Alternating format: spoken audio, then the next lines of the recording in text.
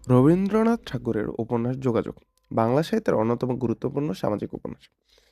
এই উপন্যাসে লেখক ব্যক্তিগত সম্পর্কের ভাঙন, সামাজিক অহংকার, পারিবারিক ক্ষমতার দ্বন্দ্ব এবং নারী জীবনের নীরব বেদনাকে গভীর বাস্তবতার সাথে তুলে ধরেছেন। যোগাযোগ মূলত মানুষের মধ্যে যোগাযোগের অভাব, আত্মমর্যাদা ও অহংকার বোধের সংঘর্ষ ও ভালোবাসার ব্যর্থতার এক করুণ দলিল।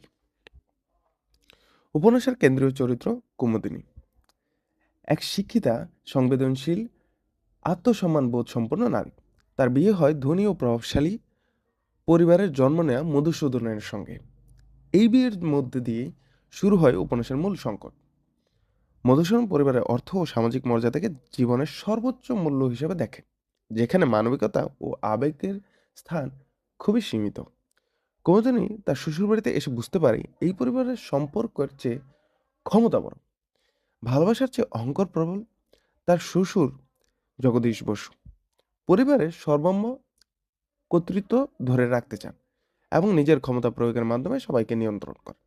এই কর্তৃত্বপরায়ণ মানবিকতার সঙ্গে কুমুদিনীর স্বাধীনচেতা মন মানিয়ে নিতে পারে না। অন্যদিকে কুমুদিনীর বাপের বাড়ি তুলনামূলকভাবে দরিদ্র, কিন্তু সেখানে রয়েছে মানবিকতা, স্নেহ ও পারস্পরিক শ্রদ্ধা। এই দুই পরিবারের বৈপরীত্যের মধ্য দিয়ে রবীন্দ্রনাথের সমাজের দুই ভিন্ন মানবিক ছবি এঁকেছেন, যেখানে মানসিকতা প্রকাশ পেয়েছে। একদিকে অর্থনির্ভর অহংকারী সমাজ, অন্যদিকে মানবিক মূল্যবোধ বিশ্বাস করেন সাধারণ মানুষ। মধুসূদন নিজে কুমুদিনীকে ভালোবাসলেও তার ব্যক্তিগত ভাবে তিনি খুবই দুর্বল, যাকে আমরা ব্যক্তিত্ব দুর্বল বলে থাকি। সে স্ত্রী পরিবারের মধ্যে সেতুবন্ধন তৈরি করতে ব্যর্থ হয়। প্রয়োজনের সময় সে কুমুদিনীর পাশে দৃঢ়ভাবে দাঁড়াতে পারে না। এই দুর্বলতা কুমুদিনীর জীবনে গভীর একাকিত্ব সৃষ্টি করে। এখানে লেখক দেখিয়েছেন ভালোবাসা থাকলেই যথেষ্ট নয়, তার সঙ্গে দায়িত্ববোধ ও সাহস প্রয়োজন। কুমুদিনী ধীরে ধীরে উপলব্ধি করে যে তার আত্মমর্যাদা প্রতিদিনই ক্ষুণ্ণ হচ্ছে। শ্বশুরবাড়ির অহংকারী আচরণ, অবজ্ঞা, কৃতিত্ব তার অস্তিত্বকে সংকুচিত করে তোলে। সে বুঝতে পারে এই পরিবেশে থেকে নিজের সম্মান ও ব্যক্তিত্ব রক্ষা করা কখনোই সম্ভব না। ফলে সে এক কঠিন সিদ্ধান্ত, কিন্তু দৃঢ় সিদ্ধান্ত নেয়, শ্বশুরবাড়ি ত্যাগ করে বাবার বাড়িতে ফিরে যাওয়ার। এই সিদ্ধান্তে কুমুদিনীর দুর্বলতা নয়, বরং তার আত্মমর্যাদা প্রকাশ পায়। রবীন্দ্রনাথ এখানে নারী আত্মমর্যাদা পরিচয়, সম্মান সম্মানকে অত্যন্ত শক্তভাবে তুলে ধরেছেন। কুমুদিনী কারো বিরুদ্ধে বিদ্রোহ করে না, কিন্তু নীরবভাবে নিজের অবস্থান স্পষ্ট করে দেয়। উপন্যাসের শেষ ভাগে দেখা যায় পরিবারগুলোর মধ্যে প্রকৃত অর্থে কোনো যোগাযোগ গড়ে ওঠে না। অহংকার, ক্ষমতার লড়াই ও মানসিক দৃঢ়তা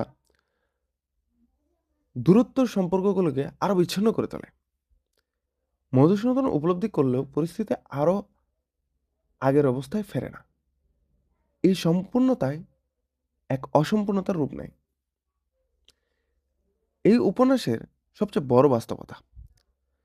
যোগাযোগ উপন্যাসের রবীন্দ্রনাথের সমাজে পুরুষতান্ত্রিক কাঠামো, ধন সম্পদের দম্ভ ও নারীর প্রতি অবহেলাকে সূক্ষ্ম কিন্তু তীব্র ভাষায় সমালোচনা করেছে। উপন্যাসের শিরোনামের প্রতীক, মানুষের মধ্যে প্রকৃত যোগাযোগ না থাকলে সম্পর্ক কেবল বাহ্যিক বন্ধনে হয়ে দাঁড়ায়। সর্বশেষ বলা যায় যোগাযোগ একটি গভীর মানবিক সামাজিক উপন্যাস। এটি আমাদের শেখায় অর্থ, ক্ষমতা, সামাজিক মর্যাদা নয়, বরং পারস্পরিক শ্রদ্ধা, সহানুভূতি সত্যিকারের যোগাযোগের সম্পর্কের ভিত্তি। কোন ধরনের নীরব ধীরতা এই উপন্যাসের নারী শক্তি, আত্মমর্যাদা এক শক্তিশালী সাহিত্যিক দলিলে পরিণত করেছে।